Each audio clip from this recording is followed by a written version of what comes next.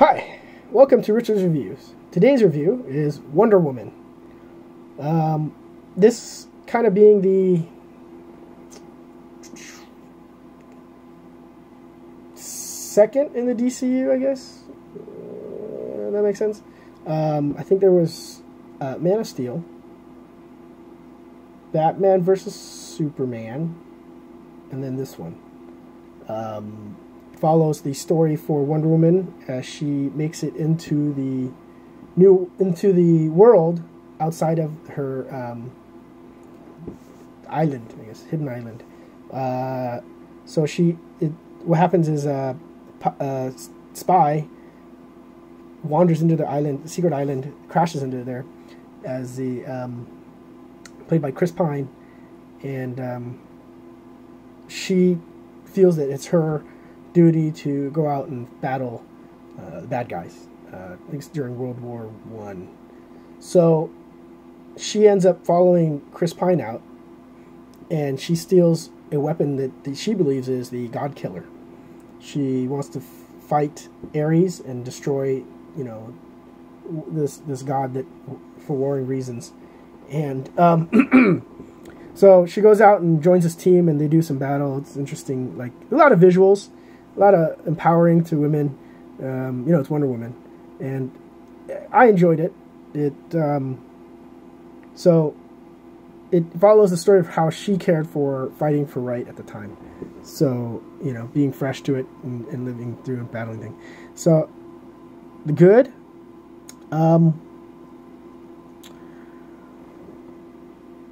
enjoyed it as an adventure movie. It did a pretty good job. They were already kind of one-sided at one point because they had Wonder Woman. They just didn't know it.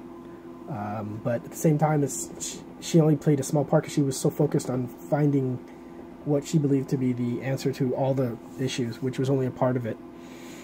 The bad, it's hard to say, but I don't think it improves any, but it's the best one out of the DCU movies.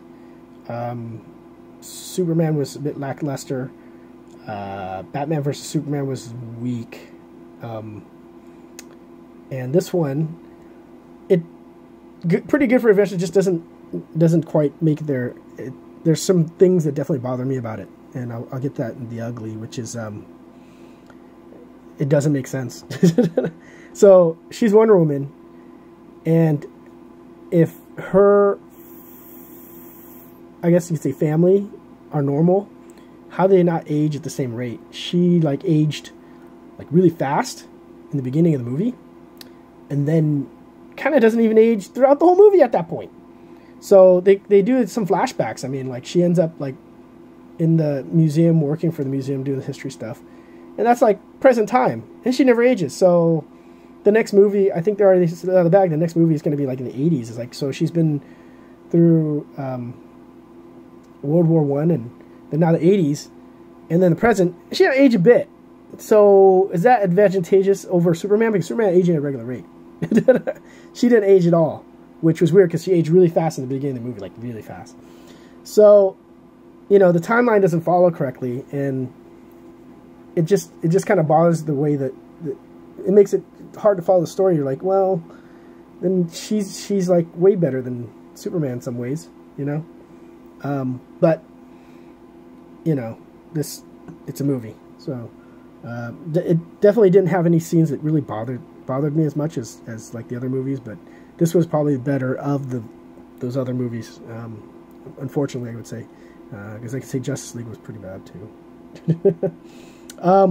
What you get with this? Okay, so this, you can see another Best Buy. Comes with a slipcover.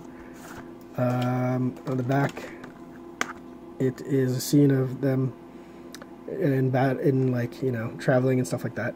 The visuals are good. The fight scenes are pretty good, but definitely short. They definitely spend more time doing the drama and stuff like that, build up. I mean, she does, eventually battle Ares. Here's the Blu Ray, the digital, and the DVD. Nothing crazy. Pretty standard stuff.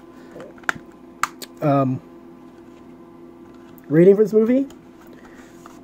3 out of 5. Like I said, it was a good adventure movie. I liked it better than the other movies out. It's just, unfortunately, it was weak compared to comparatively, because DC movies are like, I don't know, they just lack a certain level of watching or rewatching it. I would say probably check it out if you're a DC fan, but pass if you really don't care much about it. It's just it's kind of a reboot in that sense, many times over. So thanks for watching. Drop a comment, a like, check out the other video reviews, or subscribe.